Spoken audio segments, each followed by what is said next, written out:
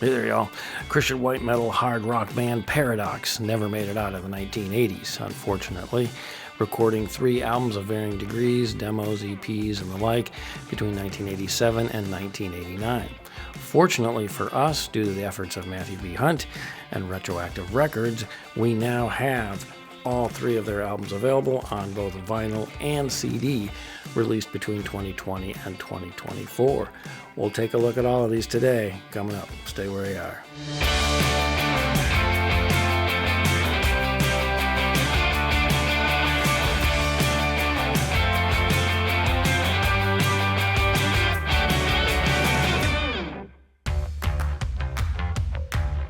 Hey there, y'all. Welcome back to another Tim Talks Christian Rock. Tim Risto here. So good to see you.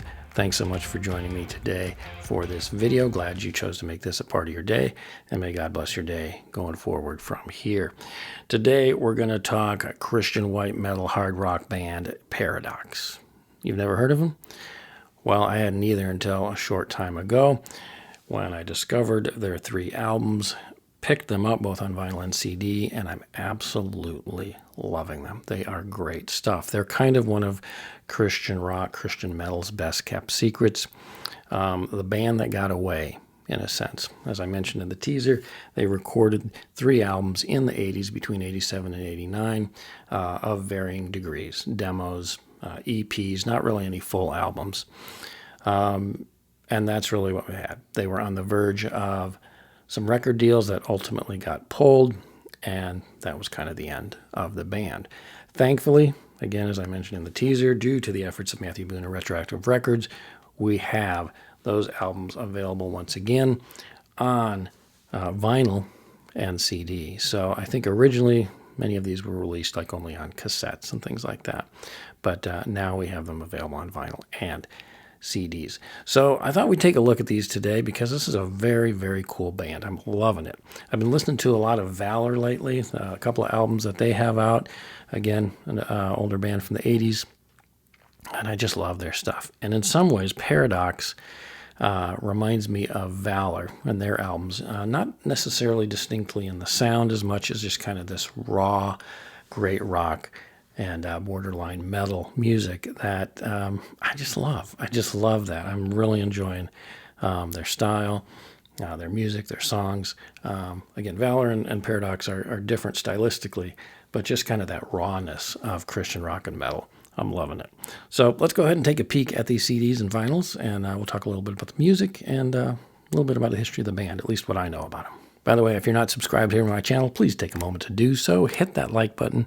Feel free to comment down below as well. I love to engage with y'all in the comments and enjoy doing that as often as I can. So please take a moment to do so. It is all very much appreciated. All right, on to these releases here.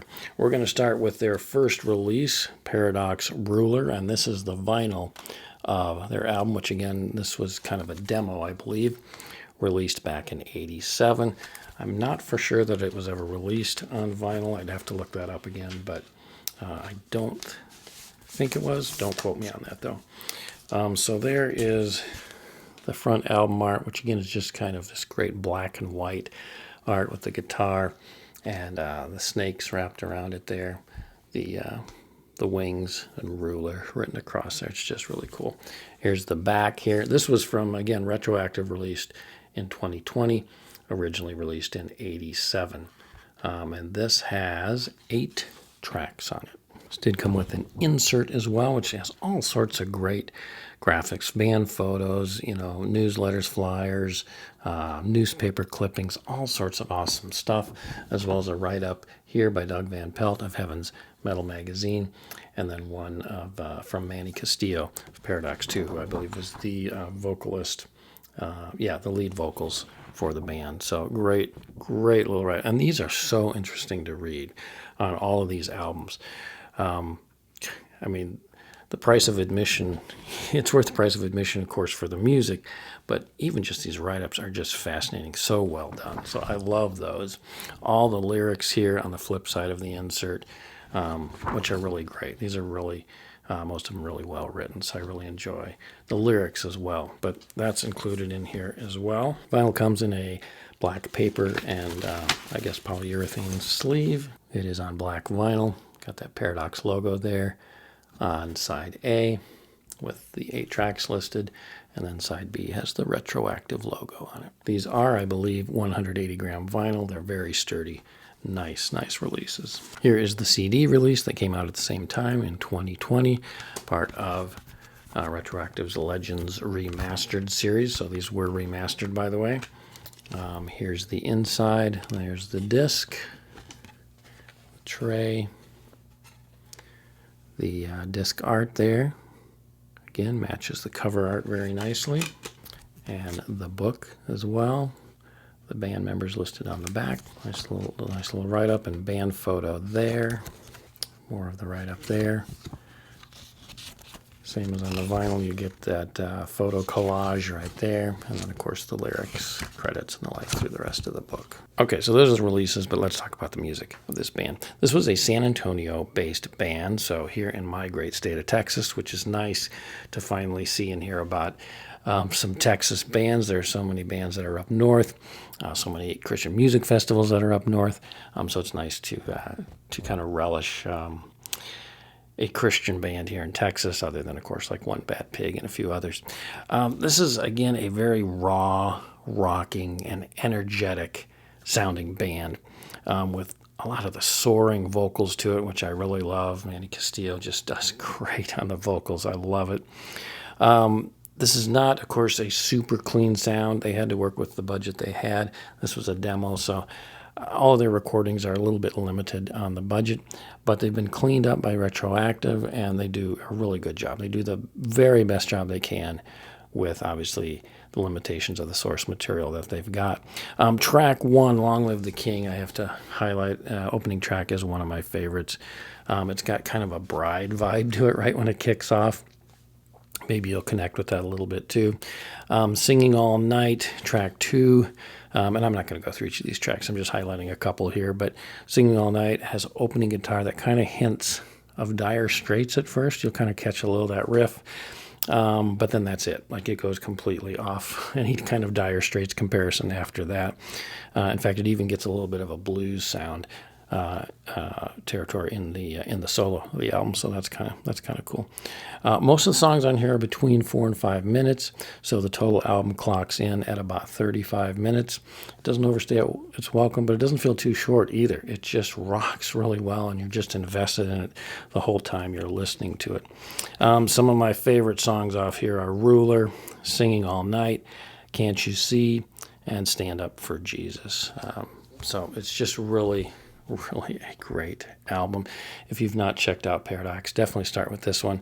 This was the demo that really kind of caught everybody's attention back in the day, and really I think led to all of the potential record offers or deals that they were getting after this came out. So this was significant, and it's just got a good sound. It's melodic, it's hard, it's energetic.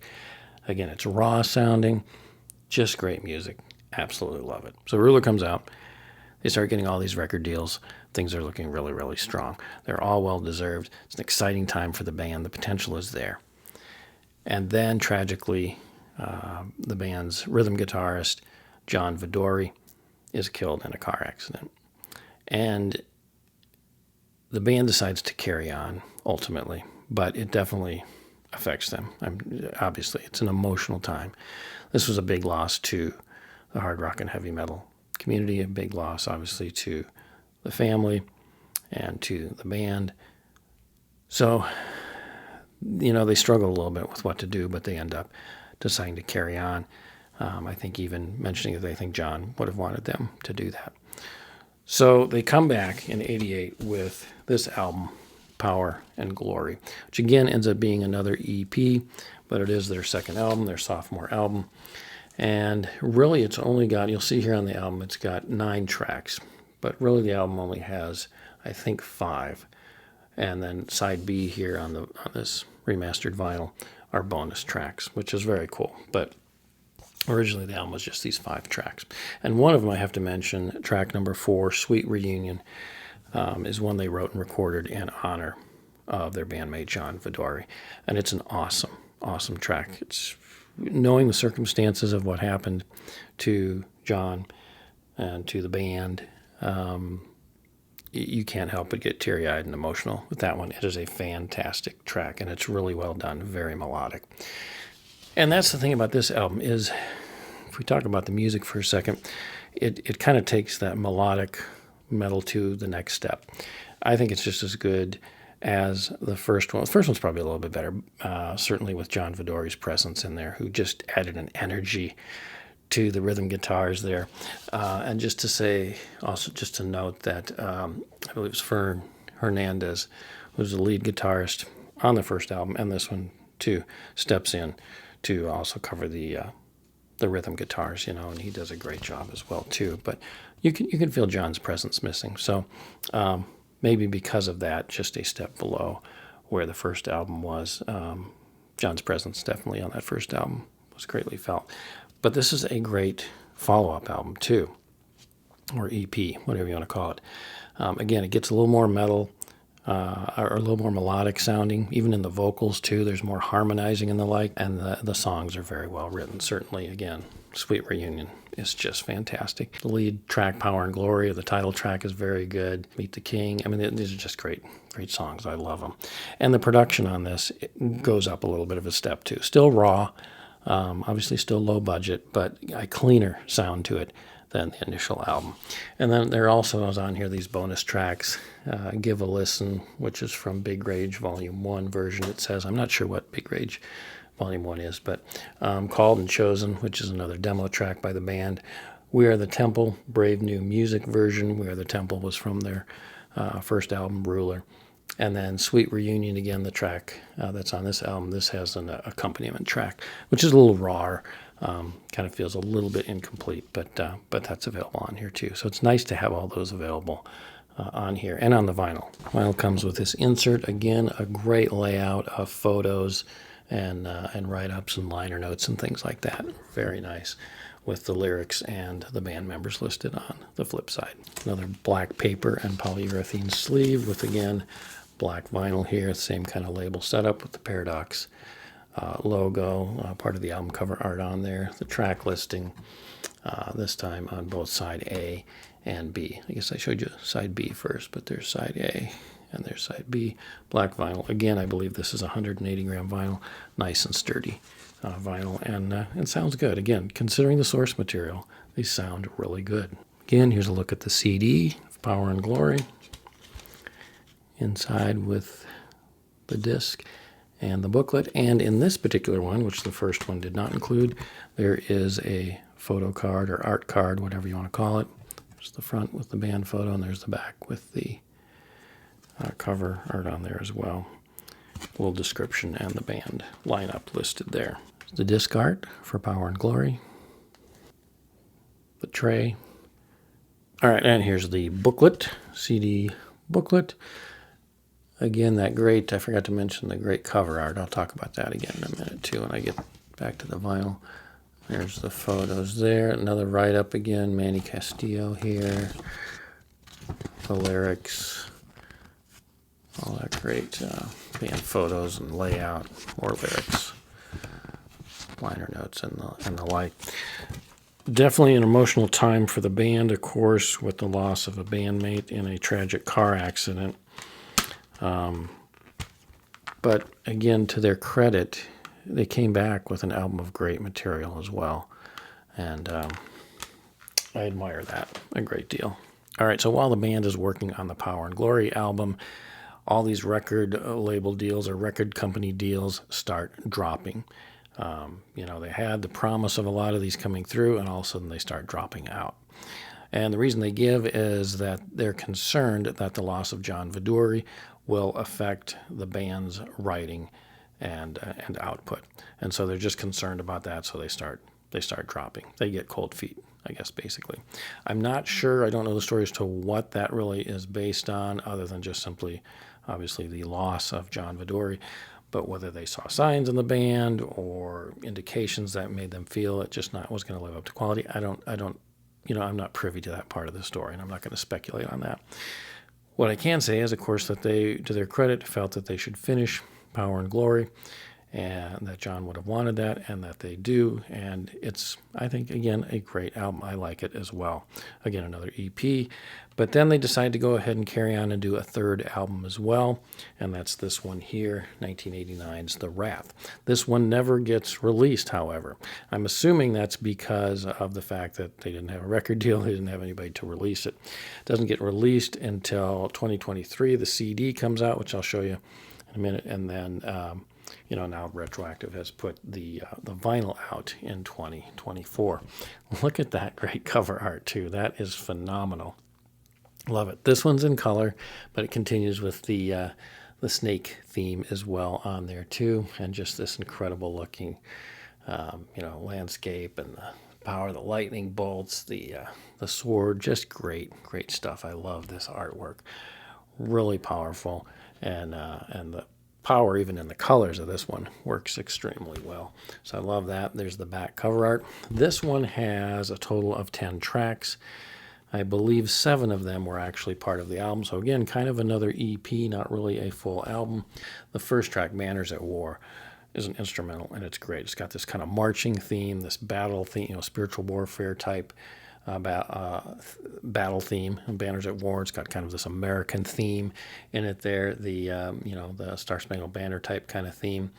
And then it's followed up immediately into Crusaders of the Cross, the first track, 5-minute, 43-second track, which I love, that one, singing track there. But the first one, Banners at War, is an instrumental. Goes into then the third track, At the Foot of the Cross, Psalm 25.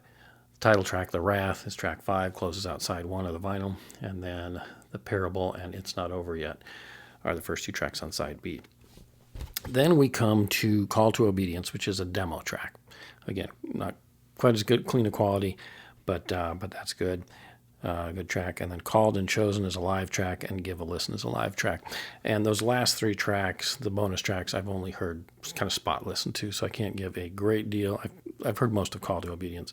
The 2 live tracks I just kind of spot listen to, and the quality on those, of course, varies a little bit. But and as far as production quality on this is probably the strongest album of all 3. It's probably the cleanest sounding. Again, still a little raw, not as polished a sound as you might hope for. But again, working with the source materials that they had, this one sounds really good and probably the cleanest. You might be a little deceived by the way Banners at War starts out. That one sounds a little rougher. But then once you get to track 2, Crusaders of the Cross, that one sounds much better right away. This clocks in at 57 minutes.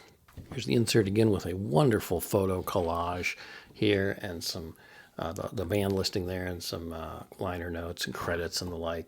And the lyrics on this side, and a great write-up here as well. This is phenomenal. In fact, this has a write-up by, a really extensive write-up by Anthony De La Garza, who's the drummer, I believe, and just some great stories that he shares here. And then also a write-up by Sean Everett Reed, a.k.a. Manny's son, so Manny Castillo, the vocalist's son. So just some neat memories to have them share. This right here is worth the price of admission alone, not to mention, of course, the music, but these write-ups are just really well done. They share some neat memories. I wish more and more albums would do that, but really very cool. I should mention also The Parable is an instrumental on here, too, along with Banners at War, 2 of the instrumental tracks on this album. The vinyl is in a clear plastic sleeve, and it is, as you can tell, a red vinyl. Very, very cool. Goes along very nicely with the red theme in the cover art. It's a little darker red, but in the logo in particular. But I do like this color red. The label, as you can see, has the cover art, the Paradox logo. No track listing here. It does have side A, and then side B, of course, is the Retroactive logo. But not positive if this is 180 gram. I'd have to check the listing again. I think it might be, but it's sturdy. It's good. And again, from what I've listened to so far, I haven't heard the whole thing yet. Spot listened to the CD, but haven't listened to the whole vinyl yet. But from what I have heard, all of side 1 I've listened to, and part of side 2. It sounds good. Again, considering the source material, it sounds very good. I'm so glad Retroactive made this album available because it had not been released. It was hard enough as it was to find the first 2 albums in any way, shape, or form, from what I understand. And So now to have not only those on vinyl and CD, but also this third album that had not been released is just amazing.